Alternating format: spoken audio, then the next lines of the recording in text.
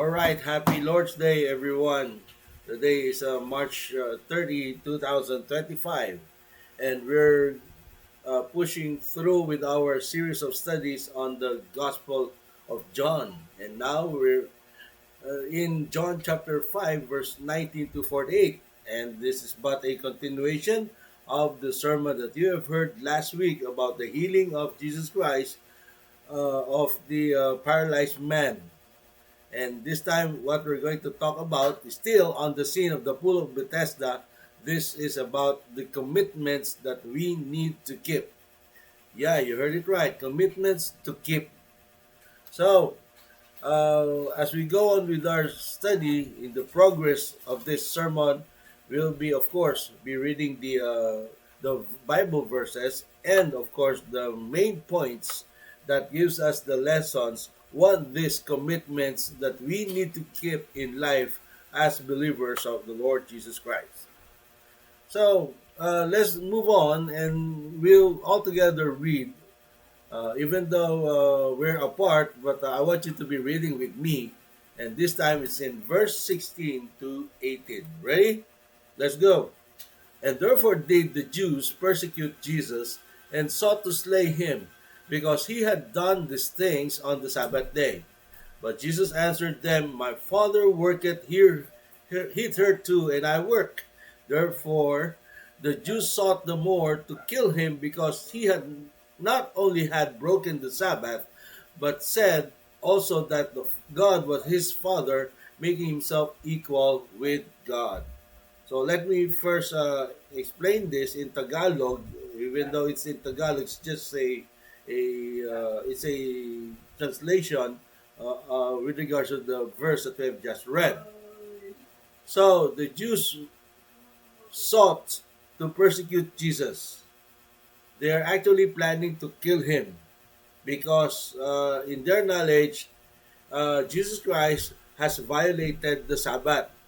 So ginawa ng issue ng mga Hudyo si Jesus at balak siya ipapatay sapagkat ginawa nila ito ng araw ng Sabat o ng pamamahinga. To them, it is a violation of the law of God. But then, sabi ni Jesus, ang aking ama ay patuloy na gumagawa at ako man ay gumagawa. So, para kay Jesus, okay, kahit araw ng Sabat, ang kanyang paggawa ay dahil ang ama ay patuloy pa rin namang gumagawa kahit anumang araw, kahit ito may ay Sabat. Okay? Ang pamamahinga ng ginawa ng Diyos nung nilikha niya ang langit at lupa, the kind of rest that God did when He created the heavens and the earth is just actually a cessation of His creation. Tumigil siya sa paglikha dahil kumpleto na ang kanyang mga ginawa sa mundo. Everything is already fulfilled and complete because God has none to create anymore because everything was completed. Kompleto na lahat ng gagawin ng Diyos, and then on the seventh day, God rested. It's not that God became tired. Walang Diyos na napapagod. Ang ibig sabihin lang noon, tumigil siya sa paglikha. And let me tell you that when God created the heavens and the earth on the seventh day, there was not yet any institution of the Sabbath, because Sabbath was made during the time of Moses. What the creation account is simply saying is that God ceased from His working or labors. As far as creation is concerned, it is already complete.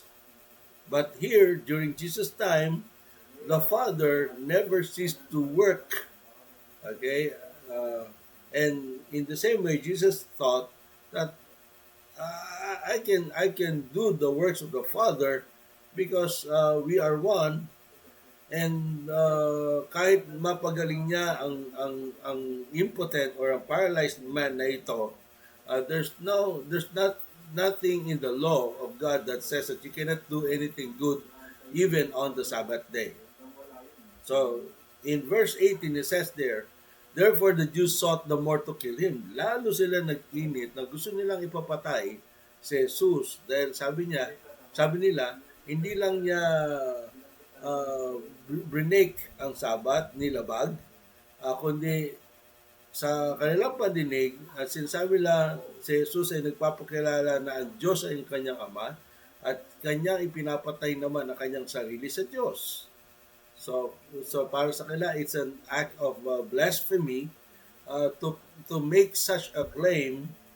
But then, they just don't understand that there is a Trinity in the Godhead, and God is Jesus Christ, though God who became flesh. Of course, they don't know it. They don't know the real person, whether humanity or deity of Christ. So that's why they have thoughts that Christ has committed blasphemy. So the point of this verse is you just keep working even persecuted. Even if others are trying to hinder you to do that which is good and must be performed, no one and nothing should be able to stop you. You cannot be hindered. You should consider yourself as continuing whatever needs to be done simply because it's part of your serving to God. It's righteousness, katuwiran at paglilingkod sa Diyos. Kahit ikaw may hinahamon, kahit ikay inuusig, meron mang pumigil sa iyo at meron pang gustong pumatay sa iyo, patuloy kang gumawa. You keep working even persecuted for such kind of services would always be rewarded in due time. So these are commitments that we need to keep. Okay? Na kahit anumang humarang sa atin, maglilingkod ka sa Diyos dahil paniniwala mo kahit sa even in the toughest of times, you believe that our service for the Lord must never be hindered. No one should do any barricade or hindrance because it is your commitment to the Lord. It's a commitment between you and the Lord that you have to keep because it is something that is very important to you. Keep working, even persecuted. Second point is, you keep doing His will dependently. O, ba't yan ang aking ang point? Let's read first the verse. Ang sabi ron, then Jesus said unto them, verily, verily, I say unto you, the Son can do nothing of himself, but what he seeth the Father do. For whatsoever things he doeth, this also doeth the Son likewise. Katotohanan, sinasabi ko sa inyo, na ang anak ay walang magagawa sa kanyang ganang sarili, kundi yaon lamang kanyang nakikita kung anong ginagawa ng Ama. At kung ano man ang ginagawa ng kanyang Ama, ay siya rin namang ginagawa ng anak. So, Jesus Christ was really doing the things that the Father does. Okay, whatever He sees the Father fulfills or does, He also fulfills and does it in the same way. Verse 20, the Father loves the Son and shows Him all He does.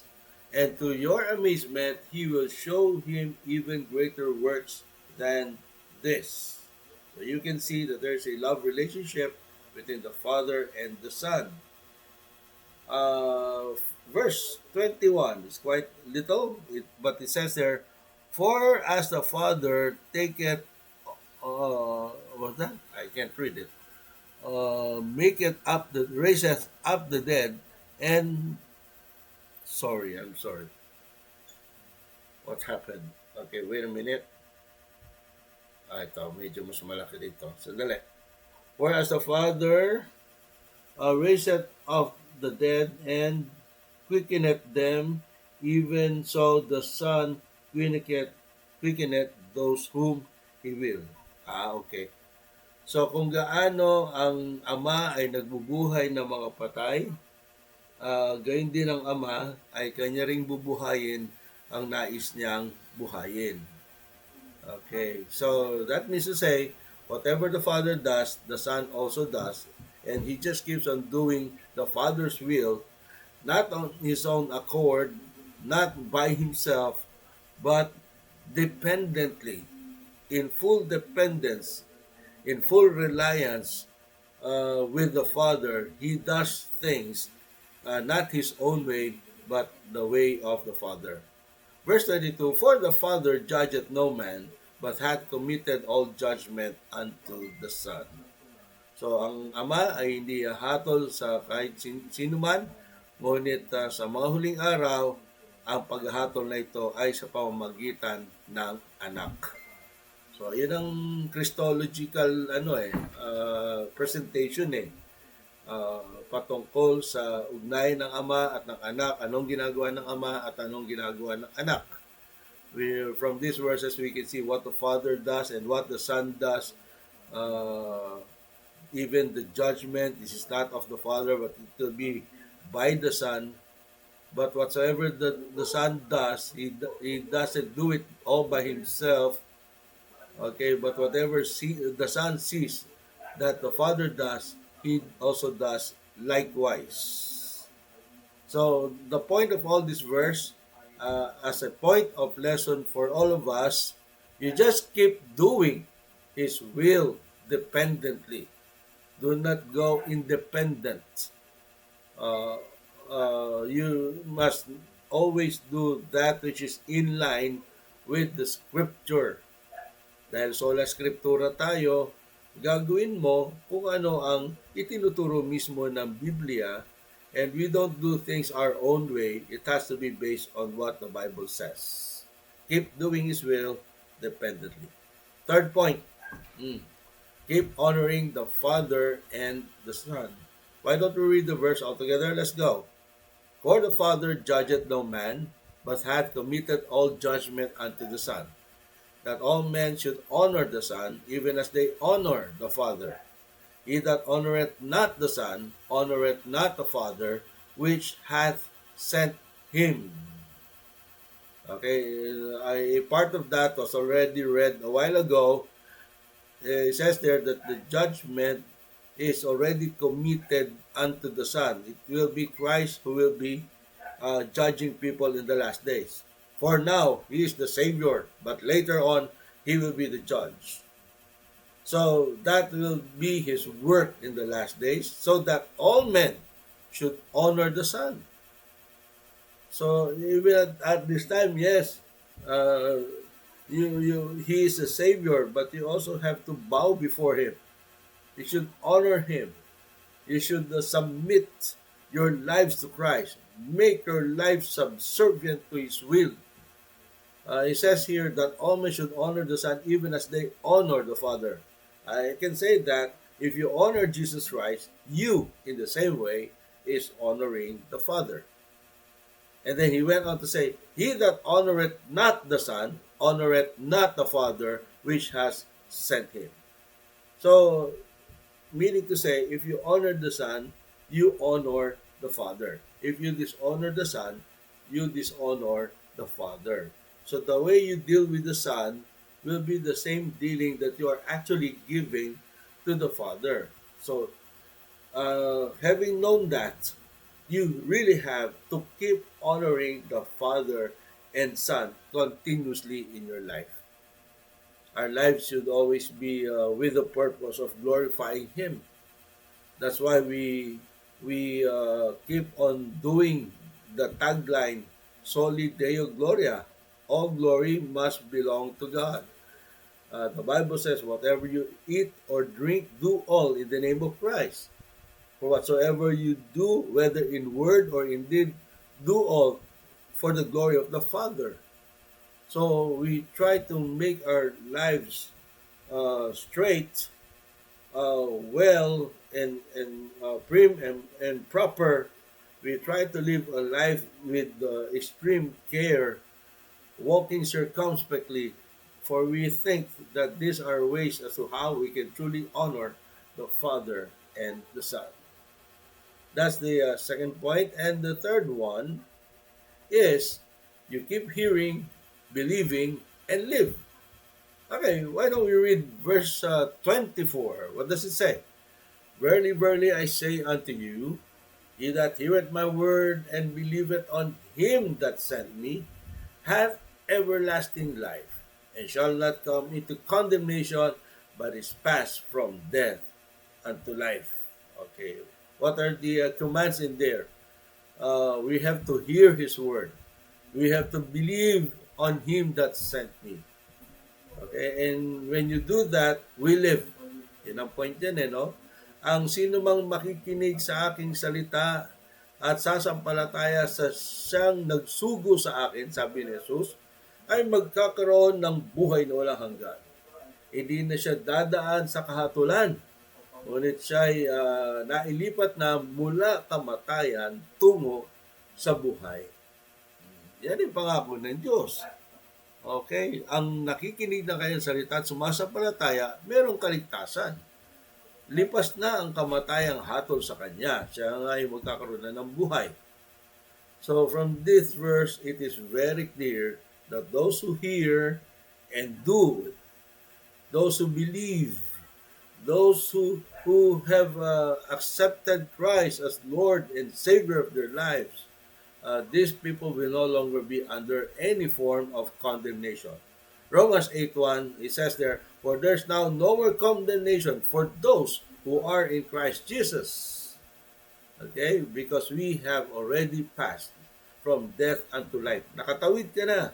Mula kamatayan, ikay binigyan ng buhay, at ang gawin mo na lamang ngayon ay mabuhay para sa anak. How about verse 25 to 27?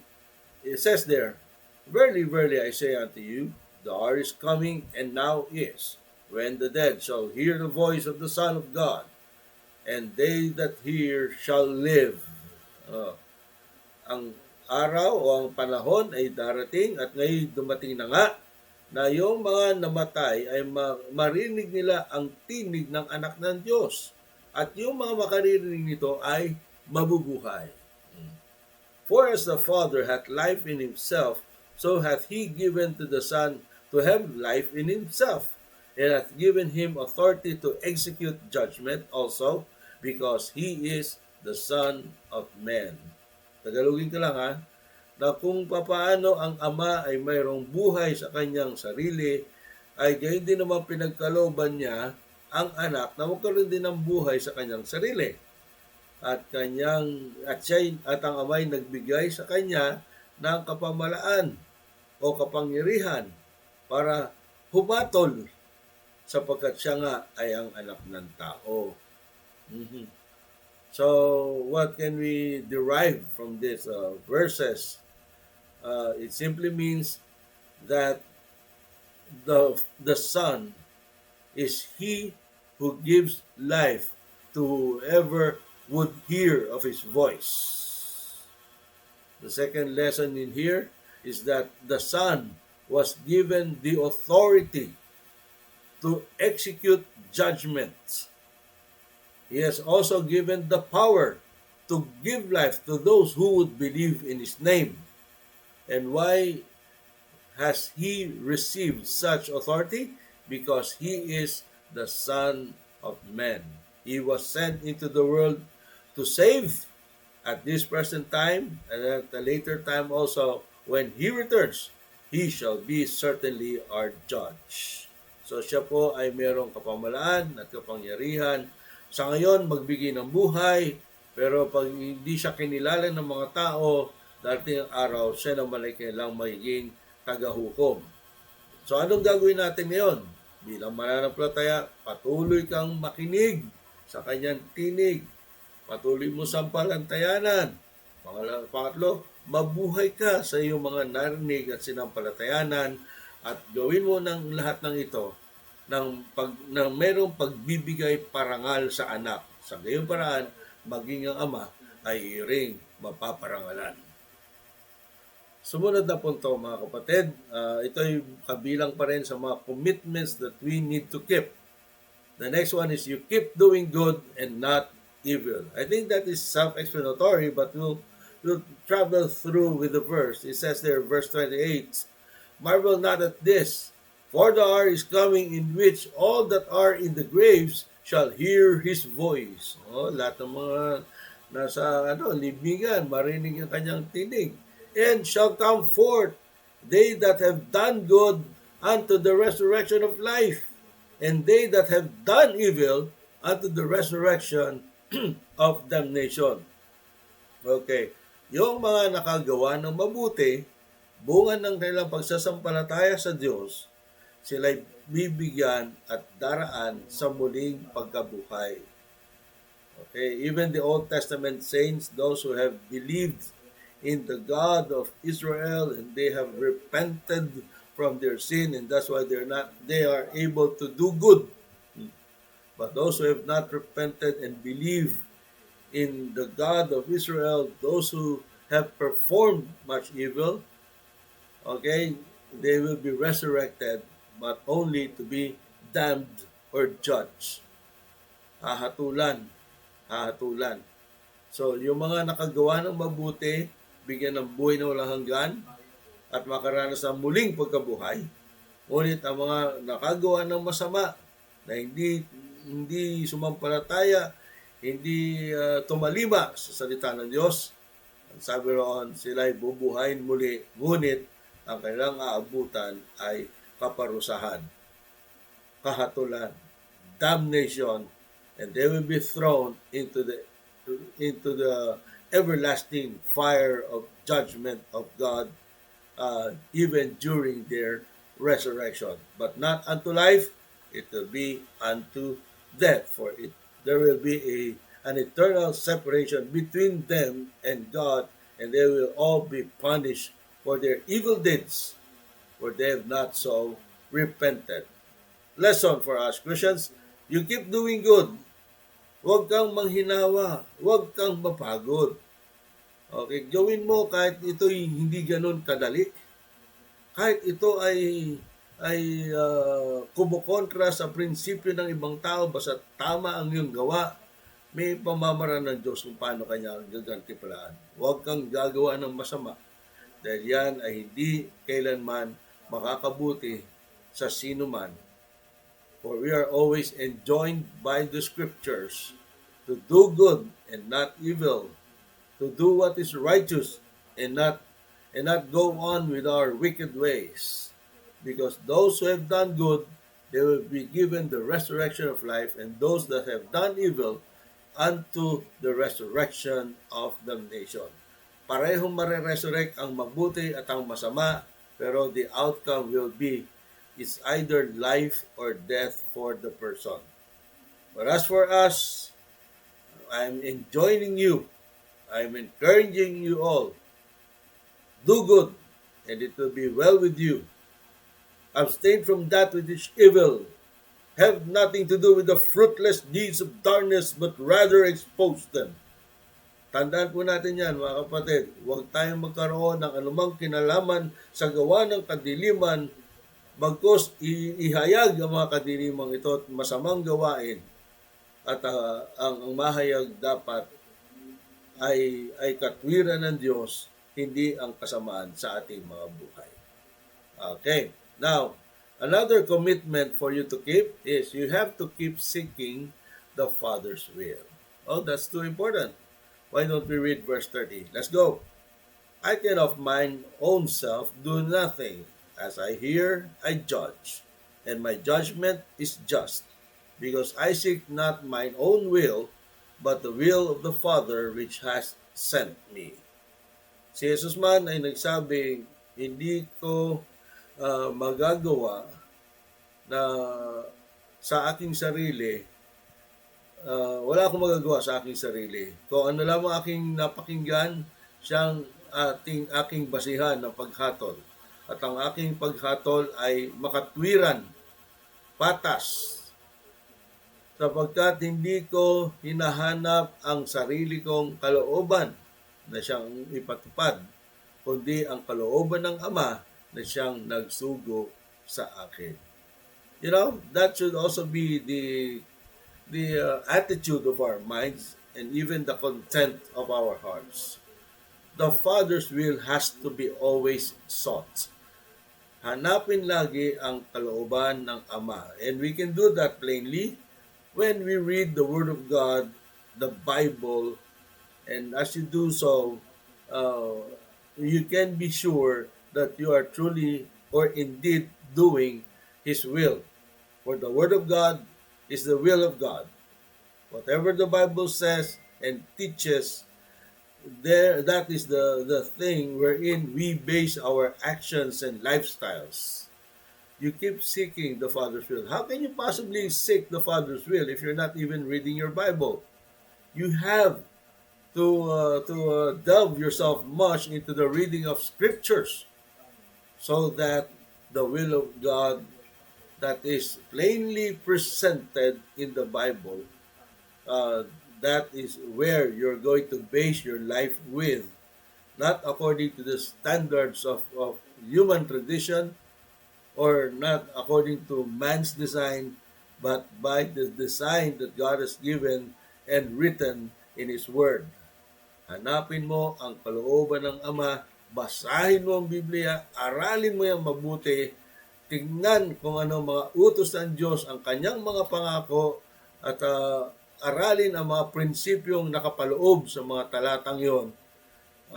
And then you try to imbibe all those things, whatever is you have read and written in the Word, as you delve with also with the principles, things that you felt like you have to perform and do. Wow, that will be always a blessing to you as you keep seeking the Father's will. Mhm. Next point. No, that's the last point, and this is now the summary of the sermon that I'm giving you today. And these are truly commitments that we need to keep. When you say commitment, it is something that you really push yourself to doing it. It has to be done. When you are in a commitment, okay, you do it based on your relationship with the Father or with the Son. Lord, I'm going to do these things because it is my it is it is my promise to you that I will keep. So these are our commitments.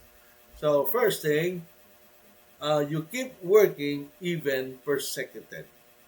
Even there are hindrances or things that makes your serving difficult, you do it anyway. Don't stop. Secondly, keep doing His will independently. Mhm. You must always depend on the Word of God and His will, not in your own strength, but by the strength that the Lord will provide for you to be able to do whatever He wants you done. Keep honoring the Father and the Son.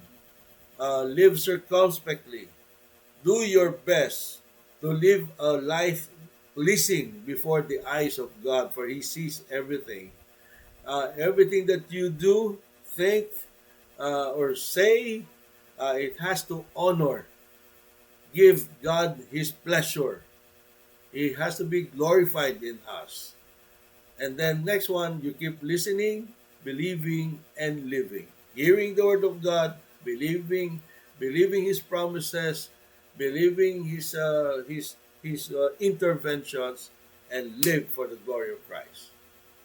Second to the last is keep doing good and not evil. Uh, Works of righteousness are needed to be done by the believer. Evil works has to be reproved. They have to be exposed. And then you must have that commitment within your heart. Okay, Lord, that which is righteous, I'm going to perform because it is also my commitment to you. And lastly, you keep seeking the Father's will. For there's no other better recourse in life. It's the best thing that you find yourself fulfilling what the Father demands. The will of God is the Word of God. Obey the basic commands of Scripture. Exalt Christ in your life, and you keep reading the Scriptures, the Bible, and then in doing so, certainly you will know what needs to be done. For when the Father's will is done, God is glorified. So these are our commitments to keep. Let's read them all together, one by one. Let's go. Keep working even persecuted. Keep doing His will dependently. Keep honoring the Father and the Son. Keep listening, believing, and live. Keep doing good and not evil, and keep seeking the Father's will. May we all bow down and pray. Father, we thank you for everything that we have heard today. And truly, Lord, it will be a blessing to anyone who would just follow through with the commitments that we are conscious of, and they need to be truly performed in us, that we should keep on working even while persecuted, even there are hindrances and barriers or barricades. Nobody should be able to stop us. That as we do your will, that as we depend on the interventions of God the Father and of Christ in our lives, make us, Lord, may we all become mindful that when we do that, we shall certainly honor the Father and the Son as well. And help us, Lord, to keep listening to your word, to keep believing, and living a life that truly pleases you. When we do that, Lord, we know that we will certainly also be doing good and not evil, for your righteousness has to be upholded, and godliness must be seen in our lives even as we keep seeking the Father's will. May all these commitments be done in our respective lives, and let it be, Lord, that we would just continue to embrace such commitments that we need to keep in our everyday everyday lives, in every way, Lord, wherever we are, whatever we do, as long as Christ is truly glorified. Thank you, Father, for teaching us today. This we ask and pray in Jesus' name. Amen.